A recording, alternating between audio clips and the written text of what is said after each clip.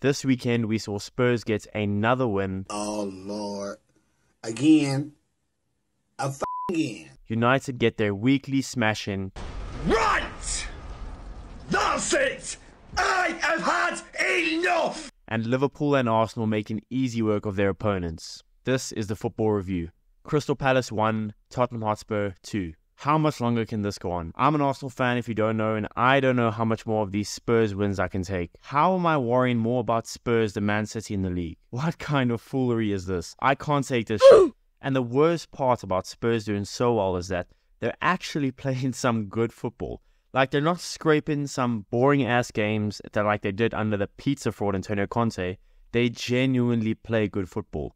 If I see one more dart throw celebration, I'm going to have to pack it up. Stop watching football and maybe go invest my time elsewhere more productively. But on a serious note, fair fucking play to Ange and Spurs. He's turned this trophyless mess around, for now anyway. Now, if they're going to win the Premier League, well, I think we all seem quick to forget that as good as they've looked, the same as when your girls are on my house, they're bound to choke. But who can resist this?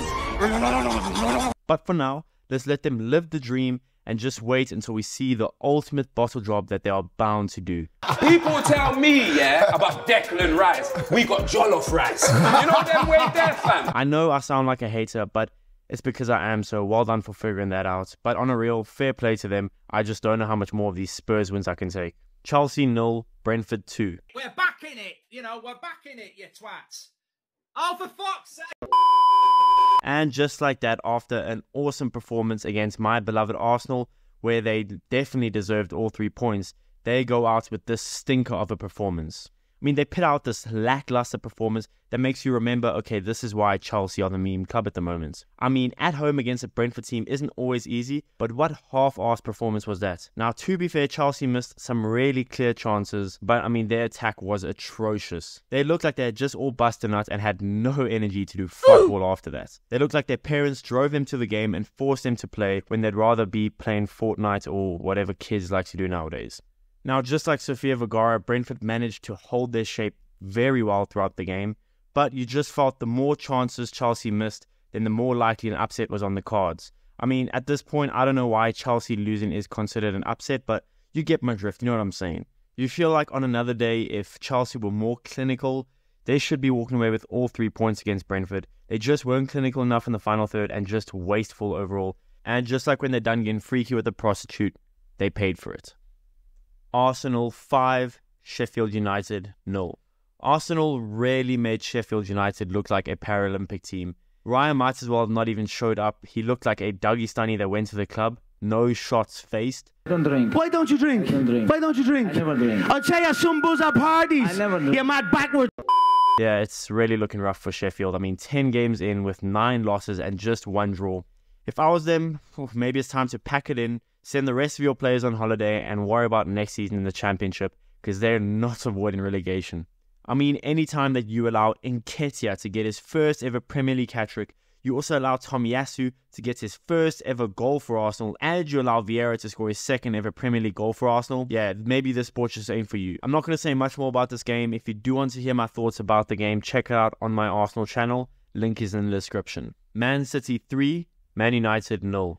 What the fuck even was that game? That game was Man City versus Onana. Now, I know United have huge injury problems, but they literally just sent out Onana solo dolo. Not one outfield player, just Onana. How are you going to get smacked up that badly in a derby at home? Shameful from United. Now, I know Ten Hag was good for Ajax, but at this point, he must get his meth cooking, Heisenberg-looking ass out of here. What the fuck was that performance from United? I mean, when you allow Erling Haaland to get assists, then you know you shit. If Onana hadn't had cornflakes and steroids for his breakfast before the game, then the score would have been looking a lot fucking worse for United. We're talking cricket numbers here. United fans, maybe it's time to admit that y'all are finished. You guys look like Volkanovski against Islam getting your shit kicked in. Also, one more thing, a huge shout out to Man United for completing the treble of 007s. Some clubs get 1, others may get 2, but 3? Nah, y'all are masters at your craft. Well fucking done. Liverpool 3, Nottingham Forest 0. First of all, you gotta feel so bad for Diaz.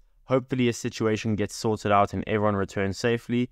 But onto the game, it took Liverpool 30 minutes to get a goal, with Jota getting yet another goal against Forest. Núñez got Liverpool second, and I must say that this season Núñez is actually looking like a genuine striker. He has decent movement, he's not fumbling easy chances like last season. Well, he's not doing it as much. I mean, it was a tap-in that he scored, but a goal is a goal. And then for the third, Turner must have been off that perk 90 with him coming so far out. Then he lets it bounce over him and Salah slotted into an open goal. Easy afternoon for Liverpool and yet another win for them. This is why Americans probably shouldn't be playing football. Barcelona 1, Real Madrid 2. At this point, how many more Jude Bellingham celebrations are we going to be seeing? Every Real Madrid game, his face gets plastered all over social media like he's some bad bee paying for promotion. I mean, he scores an absolute screamer in the 68th, and then if that wasn't enough already, he goes and scores a trademark tap-in the 92nd minute to hand Barcelona a loss. He's done it again. He's done it again. That is a foul.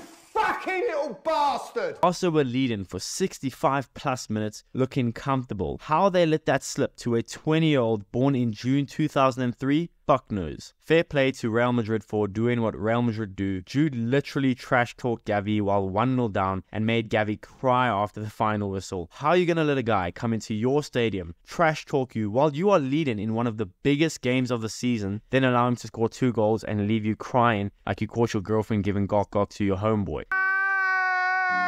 Yeah, that must sting like a bitch. Napoli 2, AC Milan 2. AC Milan are in the doghouse. They are seriously going through some rough times. After getting absolutely nuked by PSG, the sexiest man in football gets AC Milan up 2-0 in half an hour and cruising away from home. Then Napoli think to themselves, fuck it. Politano scores an absolute screamer in the Stadio Maradona, and then Raspadori scores an amazing free kick. Both of Napoli's goal scorers were playing like they were on that Maradona spice. Inter 1, Roma 0. There's not much to say about this game. I mean, Inter definitely had the chances, but they put on their best Chelsea impression and just missed so many of them. Inter dominated Roma and definitely deserved the win. They hit the crossbar twice, and Marcus Thuram, after some bad misses, tucked away an easy tap-in to give them the win. And Lukaku, for his homecoming, looked absolutely dreadful. Trampoline touch, and I can't remember him getting any shots of note in. Lukaku looked like the prime Man United Lukaku out there. Just absolutely horrible. And that concludes the video. Be sure to smash the like button, subscribe if you haven't already,